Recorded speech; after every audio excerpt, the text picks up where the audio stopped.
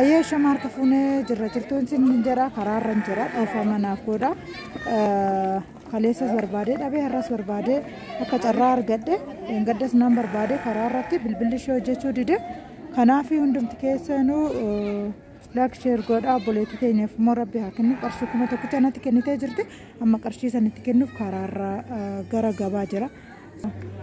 Gabaa yaa jira akkuma agartan kana karaa gabaati.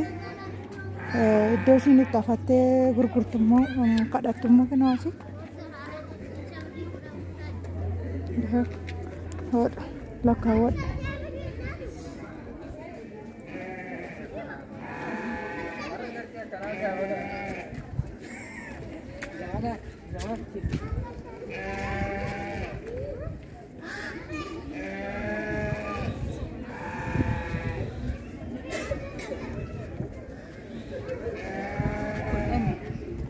Meeqa?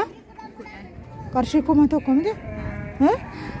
Annaa kana fakkaataa biraan ga'ee jira obboleettii teenya galatoomii ayyaana gaarii isiniin jedha ishee ulfaadhaa galatoomaa isiniin jedha. Mee hidhattoonni tokko dhufee jira ishee isaan bira dabarsa. Kanaaf mee galatoomii jedheeni ishee siif wanni itti kana. Galatoomaa ishee waan kana na argitanii baay'ee galata guddaa sin galateeffadha. Sinifillee carraa gaarii ayyaana gaarii nagayaan oolaa isiniin jedha. Gammada akkuma inni gammade kana isiniif gammada oolaa isiniin jedha. Karaarran jira dhiifama manaaf godha sosodaachaatiin viidiyoo waraabatee jira. Soorii isiniin jechuu barbaada. Hundumti keessanuu galatooma biraan ga'ee jira. Qarshii 1,000 isheen natti ergite biraan ga'eetii jira. Fudhatteetii jira. Yoo karaarran jira karaa makiinaa hayyaachuu karaarratti jira. Nagartanii karaa gabaati. Kinoo bakka kanatti kan isheen teessu ulfaadhaa hedduu takka isin galatti.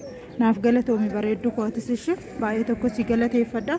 Annis immoo imaanaa ayyaanoggaa kanaaf dirqama biraan ga'uu qaba jedhee tanaan dirqama biraan ga'a jedhee tanaan kaleessallee barbaadee iddoo isheen teessee dhabe dheengaddallee akkasuma zooraa oolee hamma akka carraa argadde guyyaan har'aa qidaamedha wanna ta'ettiin godhatti galatoomii ulfaadhu jiraadhuun siin jedha bakka jirtanitti nageenya waaqayyoo isiniif haa ta'u gargaarsi keessan sin biraanaafini.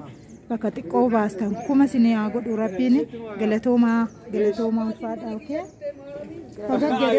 fagaggeettee jirti yaa xiqqoo tanaaf fagaggeet guddaadha ulfaadhaa galatoomaa chaawu.